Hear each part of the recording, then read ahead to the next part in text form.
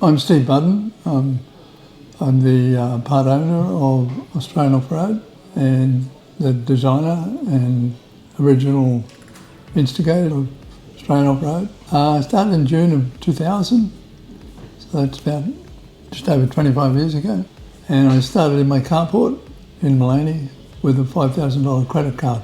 So I was pretty broke. It was an interesting journey. I've enjoyed the journey.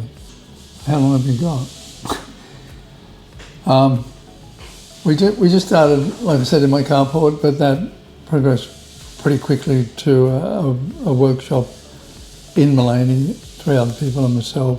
I was doing assembly and sales and innovation, and I was drawing all weekend and running the business, paying bills, all things you do as a sole trader. And then probably I was there for a couple of years, and then we moved to Caloundra. We had three orders to build, and we signed a 5-year lease. We had probably 5 employees. So it was a big leap of faith. I convinced Rhonda that she needed to change her life completely and come and work with me. She wasn't working much at the time, so she came and helped, and she became a real asset. Very, very good in the business side of things and the sales. She learned how to sell.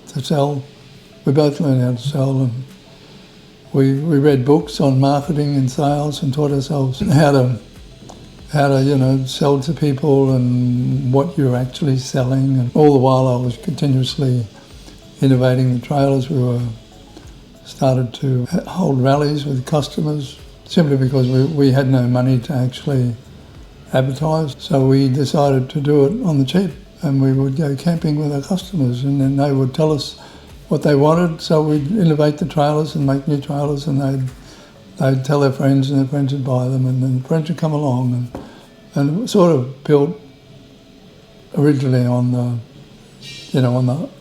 making a family, on building a family, and building trailers that people wanted to buy. People were the best innovators of ideas. Prior to AOR, I'd never camped, and I'd never been off-road. The first off-road trailer we took to a show, we towed with a Mitsubishi Magna. So we never even had four-wheel drive.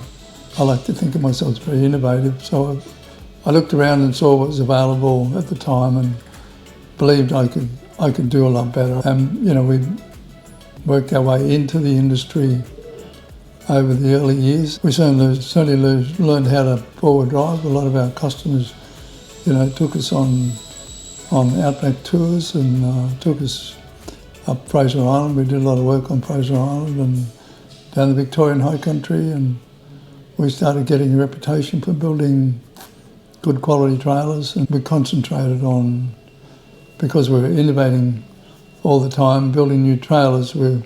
Our customers were very sensitive to, their needs and their warranty needs, and we were very sensitive to that as well. So we would support them for long periods of time, because I always looked at the trailers as sort of each one was an experiment in building something new and different, and so we sort of perfected the Odysseys within probably, I'd say, by about 2007.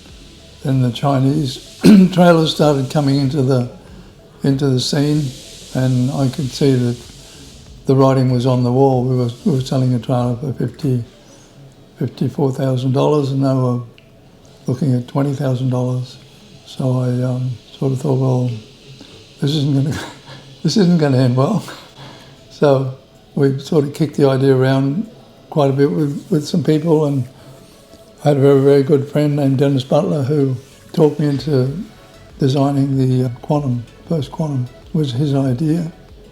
And he said, why can't you meld a little pop top with a camper trailer and cook outside? He said, we cook outside all the time, and we just go inside to sleep, and be good if it had a shower. So I designed one of those, and it was the very first hybrid ever introduced in Australia. We marketed that. After we'd taken it to the Cape, we we thought, okay, well that's working pretty well. Now we've got to shrink it and make it longer, which we did. And then first one was made out of fiberglass. And then we went, well, we won't do that again, that was too hard. So we went back to aluminium construction. We had that for many years. And that worked really, really well. And then the first show we took it to, everybody sort of thought it was crazy.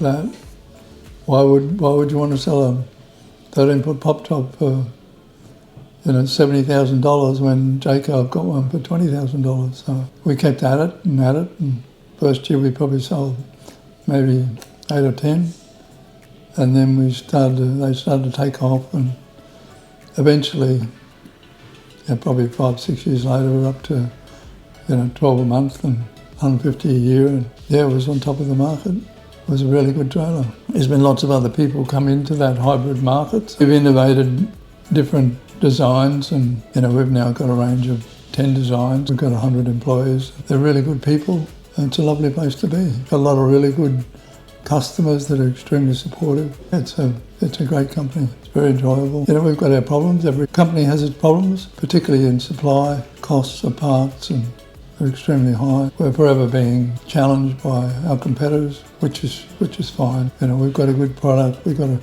good quality manufacturer. We have extremely good warranty. We look after our people. We've got amazing customers. Some of them buy 4 and 5 trailers in a long period, every 4 or 5 years. They'll change their trailers to the new design, or a slightly bigger trailer. As their camping style changes, their wants and needs change. And so now we've brought in the Sierras to interest the younger people in the brand again. We're just continuously offering new products. It's a good journey. It's been a great journey. So, thank you.